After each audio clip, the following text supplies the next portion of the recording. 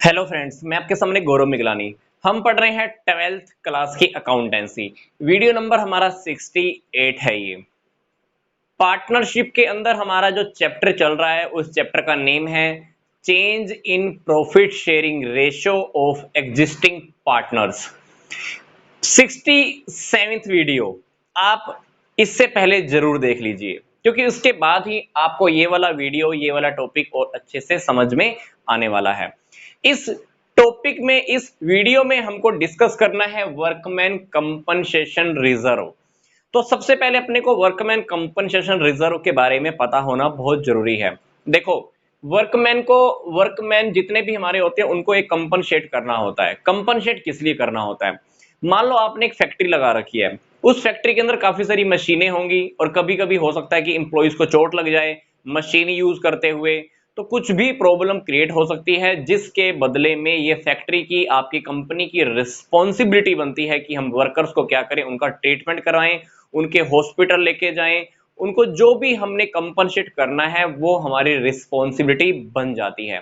इसलिए पार्टनर्स क्या करते हैं, हर साल पार्टनर्स को प्रॉफिट होता है, क्योंकि पार्टनरशिप फर्म हमने बनाई ही किस लिए है? प्रॉफिट अर्न करने के लिए। पर पार्टनर्स हमेशा क्या करते हैं, टोटल प्रॉफिट कभी भी आपस में डिवाइड नहीं करते हैं। पार्टनर्स क्या करते हैं, प्रॉफिट का एक छोटा छोटा अमाउंट हर साल इकट्ठा करते करते कहां पे डालते रहते हैं, एक रिजर्व बनाते रहते हैं। उस रिजर्व को वो नाम देते हैं वर्कमैन कंपनसेशन रिजर्व। तो वर्कमैन कंपनसेशन रिजर्व के अंदर वो क्या करते हैं, प्रॉफिट का थोड़ा थोड़ा हिस्सा इकट्ठा करते रहते हैं। फॉर एग्जांपल, मान लीजिए 2016, 2017, 2018 प्रॉफिट हुए थे यहाँ पे 1 लाख, यहाँ पे हुआ 2 लाख का प्रॉफिट, यहाँ पे हुआ मान लो 4 लाख का प्रॉफिट। हालांकि ये प्रॉफिट किसका था? पार्टनर्स को डिवाइड कर लेना चाहिए था, पर पार्टनर्स ने क्या किया, 2016 के अंदर वर्कमैन कंपनसेशन रिजर्व बनाया, 1 लाख में से 10,000 रुपए रिजर्व के अंदर रख दिए, बाकी 90,000 क्या किए होंगे, आपस में डिवाइड कर लिए। 2017 के अंदर भी उनको कितने का प्रॉफिट हुआ, 2 लाख का। वर्कमैन कंपनसेशन रिजर्व के अंदर उन्होंने 40,000 रख लिए, बाकी 1,60,000 क्या किए, आपस में डिवाइड कर लिए। 2018 में 4 लाख का प्रॉफिट हुआ, 4 लाख के प्रॉफिट में से मान लो उन्होंने 50,000 रुपए वर्कमैन कंपनसेशन रिजर्व में रख लिए, बाकी के 3.5 लाख रुपए पार्टनर से आपस में डिवाइड कर लिया। अब वर्कमैन कंपनसेशन रिजर्व में देखिए कितना पैसा इकट्ठा हो चुका है, 1 लाख रुपए अल्टीमेटली हमारे पास इकट्ठा हो चुका है। अब मान लीजिए किसी भी इंप्लॉई को चोट लग जाती है, तो वो चोट लगने के ऊपर जितना भी खर्चा होने वाला है आपकी कंपनी का या आपकी फर्म का, आप कहां से पे कर दोगे?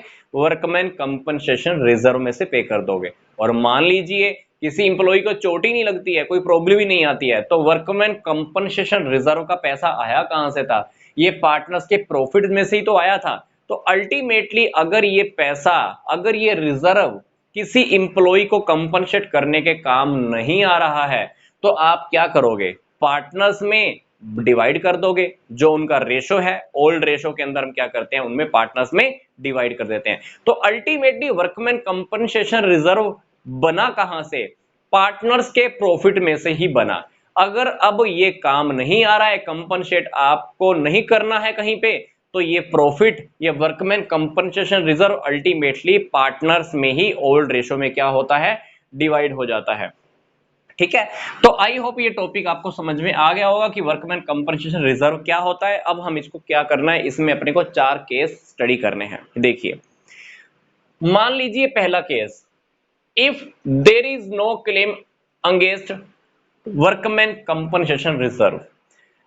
मान लो हम प्रॉफिट शेयरिंग रेशो के अंदर चेंज कर रहे हैं, प्रॉफिट शेयरिंग रेशो के अंदर चेंज कर रहे हैं, तो पहला केस हमको स्टडी करना है कि हमारे पास मान लो वर्कमैन कंपनसेशन रिजर्व रखा हुआ है, पैसा उसके अंदर है, किसके अंदर, वर्कमैन कंपनसेशन रिजर्व के अंदर, पर हमारे पास कोई क्लेम ही नहीं है, अपने को किसी को कोई कंपनसेट नहीं करना है। मान लीजिए अपने पास वर्कमैन कंपनसेशन रिजर्व के अंदर मान लो 90,000 रुपए रखा हुआ है। कितना रखा हुआ है? 90,000 रखा हुआ है, कोई क्लेम नहीं है, किसी को हमने कंपनसेट नहीं करना, किसी इंप्लॉय को चोट लगी ही नहीं है। तो पहले केस के अकॉर्डिंग हम क्या करेंगे, हमको सिंपल सी एक जर्नल एंट्री करनी है। हम इस 90,000 को क्या करेंगे, पार्टनर्स में ओल्ड रेशो में डिवाइड कर देंगे। अब मान लीजिए हमारे पास पार्टनर है 3, मैं यहां पे लिख देता हूं ए बी सी, 3 पार्टनर हैं, इनका रेशो है 3-2-1।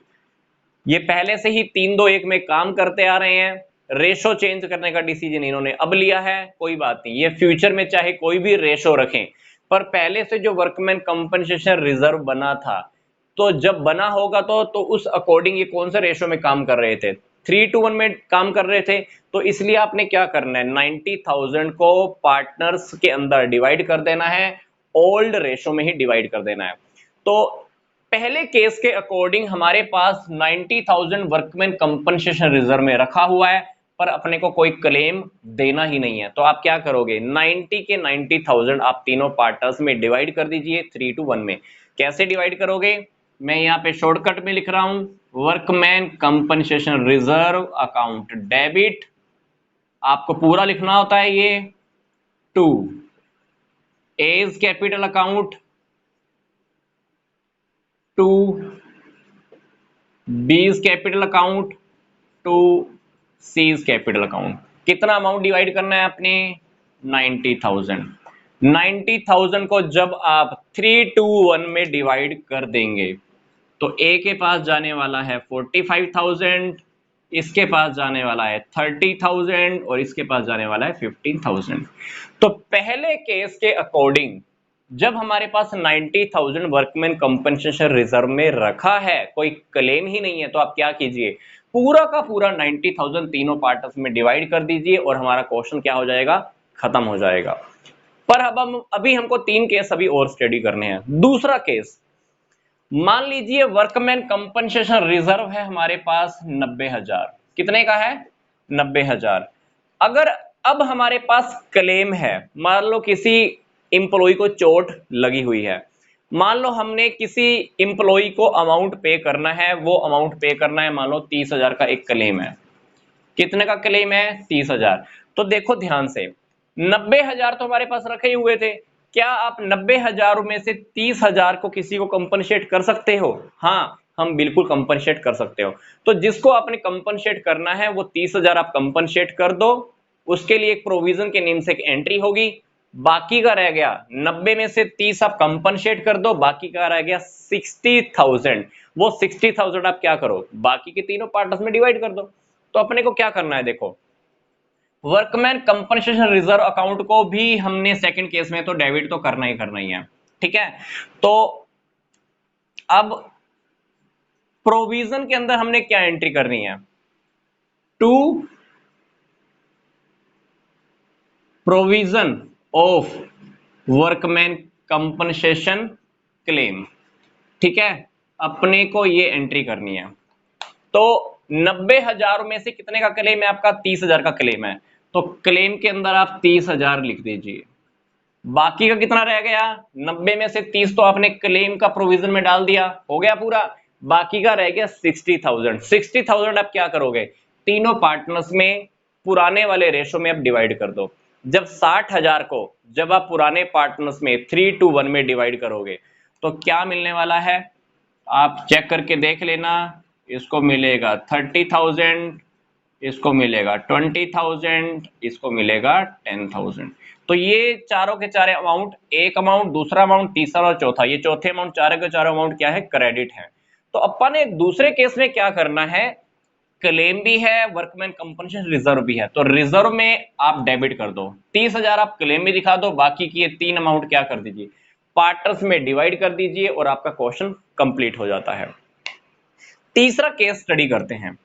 तीसरे केस के अकॉर्डिंग मान लीजिए हमारे पास 90,000 का ही रिजर्व है और 90,000 का ही अपने पास क्लेम है, क्लेम भी 90,000 और रिजर्व भी 90,000।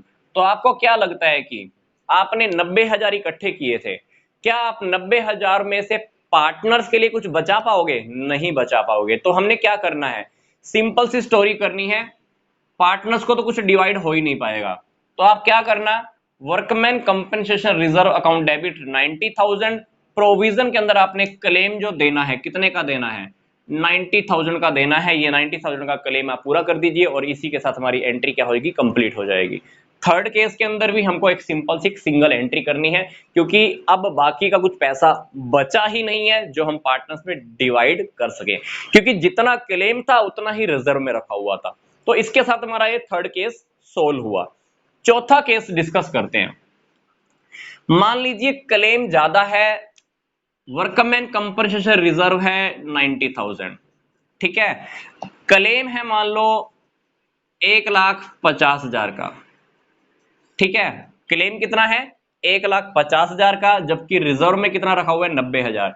अब ध्यान से देखो, हमारे पास रिजर्व है सिर्फ 90,000, क्लेम पास करना है हमने 1.5 लाख का।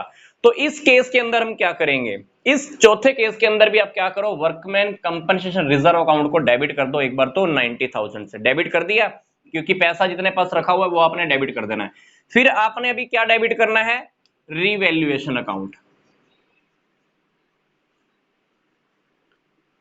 रीवैल्यूएशन अकाउंट डेबिट कर दो, क्योंकि जिस डेट को हम रेशो चेंज कर रहे हैं उस डेट को हमने वैल्यूएशन की, वर्कमैन कंपनसेशन रिजर्व की। क्या हमारे पास रखा तो 90 है, पे करना है 1.5 लाख, इसका मतलब है कि अपने रिवैल्यूएशन की है, तो रिवैल्यूएशन अकाउंट की अपने को हेल्प लेनी होगी।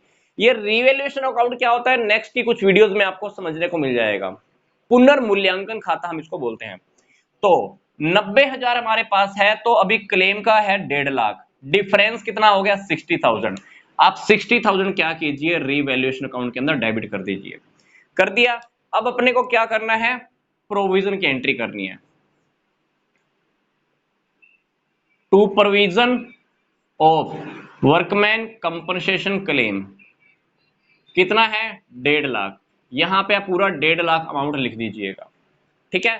तो अपन ने क्या किया, workman compensation reserve account debit 90,000, बाकी का डिफरेंस 60,000 आपको एक्स्ट्रा पे करना है, तो 60,000 आप रिवैल्यूएशन में डाल दिए। बाकी 1.5 लाख क्या कीजिए, अब 1.5 लाख को आप प्रोविजन के नाम से आप क्या कर दीजिए, क्रेडिट कर दीजिए।